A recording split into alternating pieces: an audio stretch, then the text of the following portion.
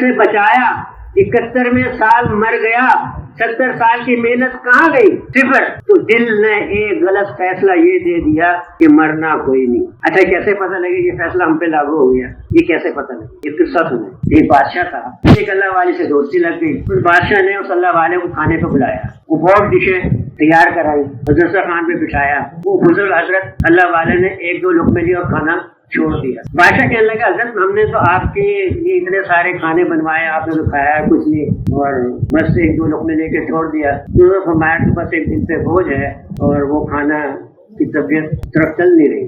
مجھ سے کیا بوجھ ہے کہ پتہ نہیں کس وقت موت آ جائے اور تیاری ہے نہیں۔ وہ بادشاہ مسلمان تھا، یہ کیا بات ہے؟ ہمیں پتہ ہے مرنا، ہم تو سارا کھاتے ہیں، سارا کچھ ڈھونڈتے ہیں، استعمال کرتے ہیں، ہم بھی مسلمان ہیں، ہمیں پتہ ہے مرنا ہے۔